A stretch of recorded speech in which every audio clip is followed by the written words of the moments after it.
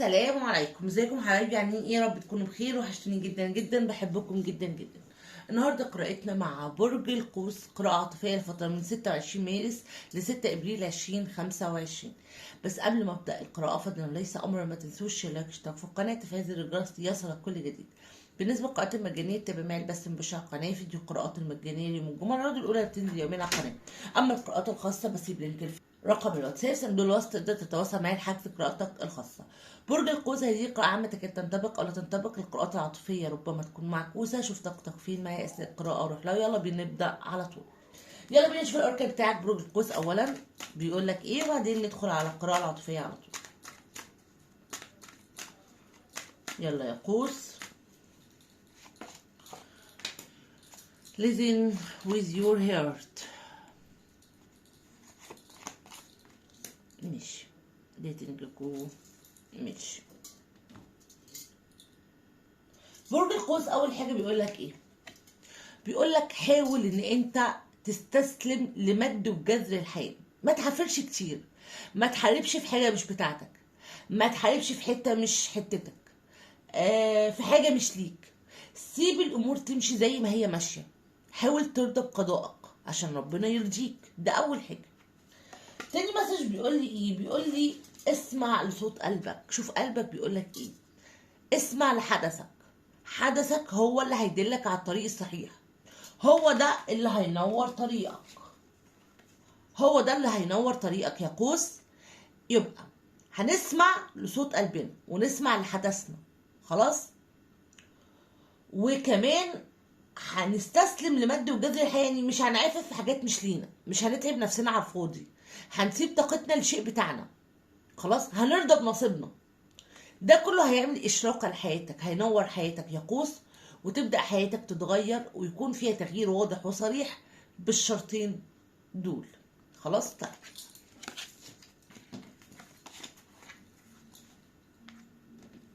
يلا بينا. القوس عاطفيا للفترة من 26 مارس ل 6 ابريل 2025.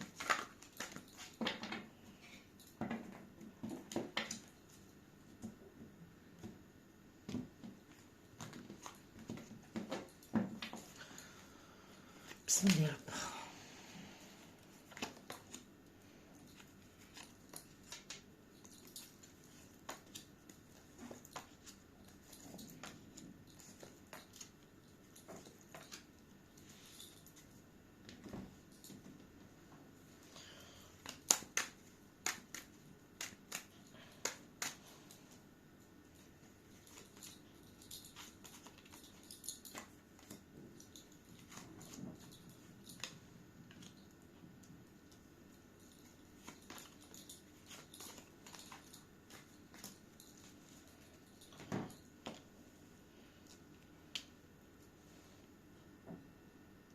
بداية برج القوس، أول حاجة كده طلعالي الشخص ده ظلمك،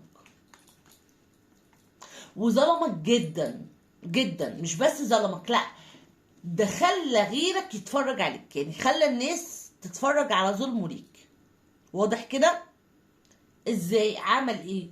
الواضح انه ظلمك ظلم كبير واتأذيت نفسيا جدا، لدرجة الناس ابتدت تاخد بالها هو ايه اللي بيحصل في حياتك، ايه اللي حصل فيك، ايه اللي اتغير معاك، خلاص. هنا ظلم شديد، العلاقة حصل فيها انفصال، وحاليا بيحصل فيها كرميات. يعني ظلمك وأذاك وضحك الناس عليك ومشى وسابك، وحاليا هو في كارما بتعود عليه، خلاص. العلاقة حاليا فيها انفصال برج القوس. الواضح انها علاقة قدرية، والواضح ان الحكم فيها حكم إلهي، مش بس على الشخص اللي ظلمك، كمان على الشخص اللي دفع هذا الشخص لظلمك.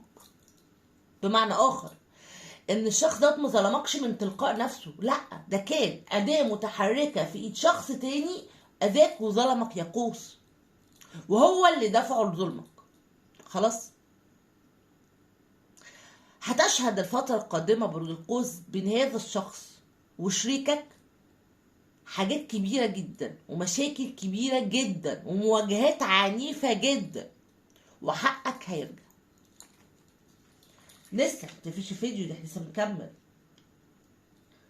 عندي هنا افتقد شريكك، بيفكر فيك كتير، بيفكر في كل حاجة عاشها معاك، ما قدرش ينساك، صعبان عليه كل حاجة ضيعها معاك من غير ما يفكر ومن غير ما يقدر. الشخص دوت مهموم جدا الفترة ديت، في مشاكل كتير بتحصل في حياته بيرجعها لظلمه ليك، وشاعر ان هو عايش كارما قوية بسبب ظلمه ليك.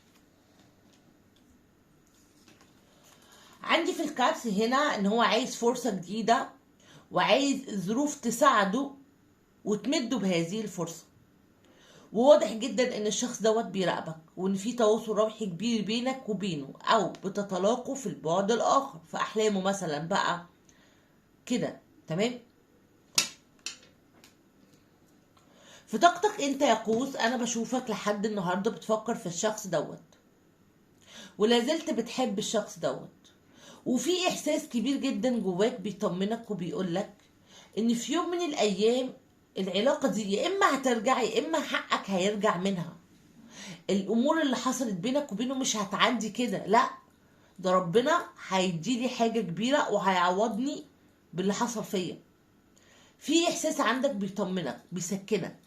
خلاص.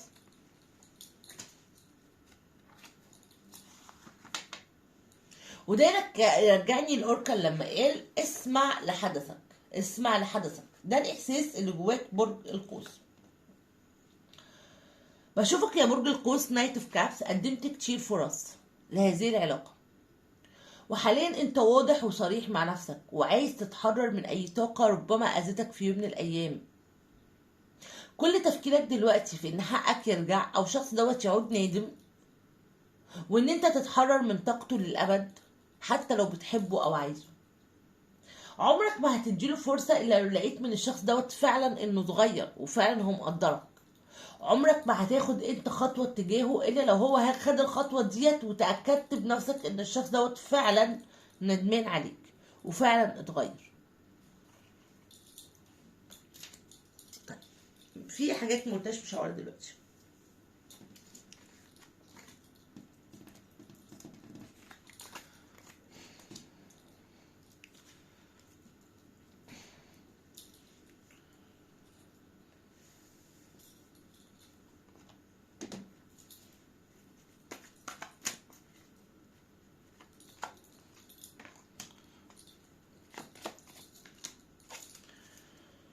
يلا قوس، مشاعر،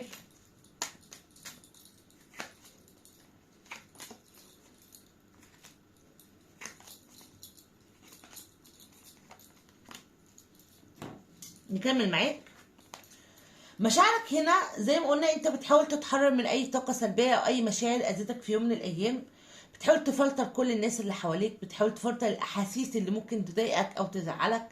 شايفة ان الامر صعب عليك، ولكن انت بتحمل نفسك مسؤولية كل حاجة في هذه العلاقة، وده غلط.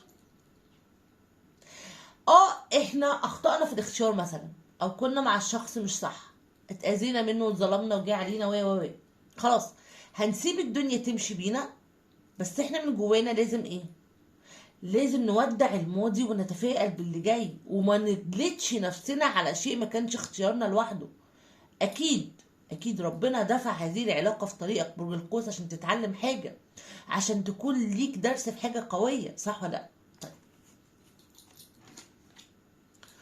مشاعر الشخص دوت، اول حاجة المجاجان هو بيحاول ما يبينش مشاعره الفترة دي على قد ما يقدر، وازاي ممكن يكون شاعر بالاكتئاب بالزعل، ما عندهوش ثقة في نفسه، تعبان، وشايف ان انت تمديله ايدك تاني ده شيء صعب، وشيء ممكن اشبه بالمعجزة لو حصل.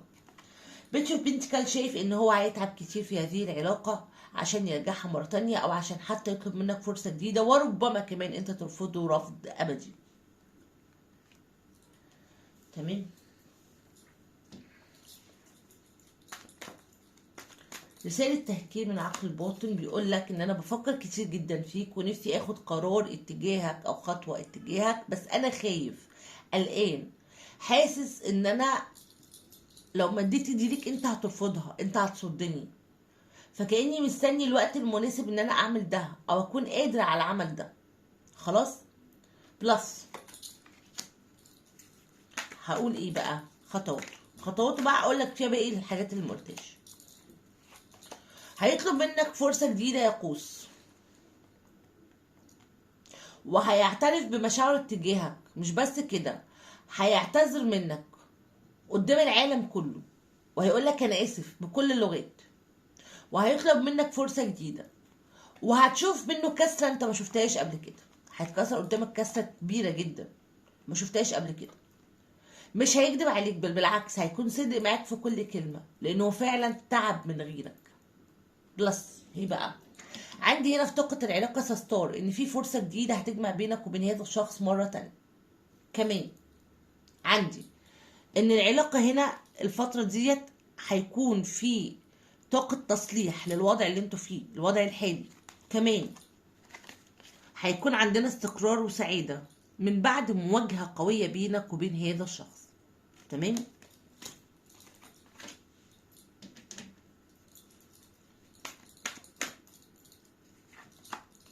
سكس اوف كابس، لو هتلم شمل العلاقة لمها.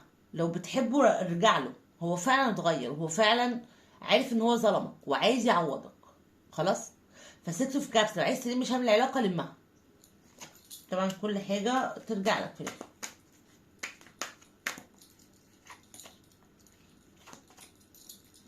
عندي في مصير العلاقة زي ما احنا شايفين هي علاقة متعبة ومرهقة جدا، لكن انتوا الاتنين يعني زي ما بيقولوا كده هي علاقة قدرية بالنسبة لك وبالنسبة له. انتوا الاتنين في دم بعض، انتوا الاتنين عايزين بعض.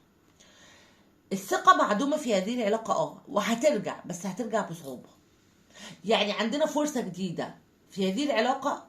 الفرصة ديت عشان انتوا الاتنين بتحبوا بعض، وعشان تدرس كان لازم تتعلموا منه حاجات كتير جدا، ولان انتوا بتحبوا بعض فانتوا قدر لبعض. العلاقة هترجع وهيكون في فرصة جديدة ليها، ولكن هتكون بصعوبة جدا. وعايزة اقول لك من خلال القراية هنا برضو حاجة كده بعيدة، حاولوا تديروا على نفسكم في علاقتكم مع بعض، لان الواضح ان حواليكم اشخاص او طاقات سلبية مش عايزاكم تكونوا لبعض، فدايما بتواجهوا صعوبة في ان انتوا تكونوا مع بعض. خلاص. فحاولوا تديروا على حياتكم.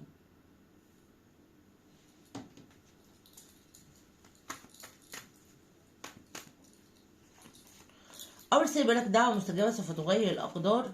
لو في اطفال بينك وبينه ما تحطهمش في عين الاعتبار في العودة، يعني ما تخليهمش يأثروا عليك، خد قرارك بنفسك. طب لو ما فيش اطفال، اتعامل بهذه العلاقة بعمق مش بسذاجة. اخر حاجة بيقول لك هل انت مستعد لمقابلة هذا الشخص ده دلوقتي بقى ضعيف جدا.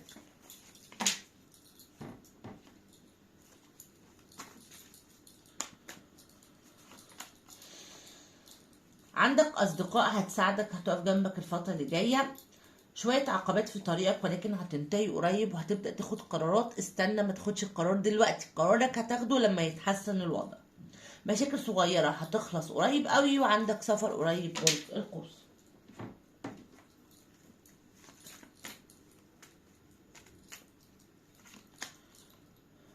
سوف تغمر حياتك الكثير من النعمة التي تترك همومك وراءك. سوف تتعلم كيف تستمتع بالحياة وتظهر أفضل ما لديك. فهل أنت جاهز؟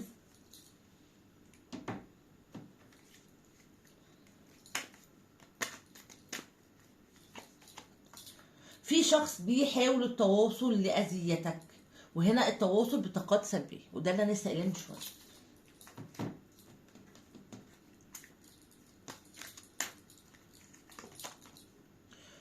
في أشخاص بيأذوك بس عشان يكونوا أحسن منك. يعني ممكن في اذيتهم ليك هم مش شايفين ان انت عايزين يوصلوك لحاجه معينه، لا هم عايزين يكونوا احسن منك وخلاص، يشغلوك بنفسك وبس. دلوقتي ده سؤال اجابته نعم او لا. خد سؤال تالت نشوف الاجابه ايه.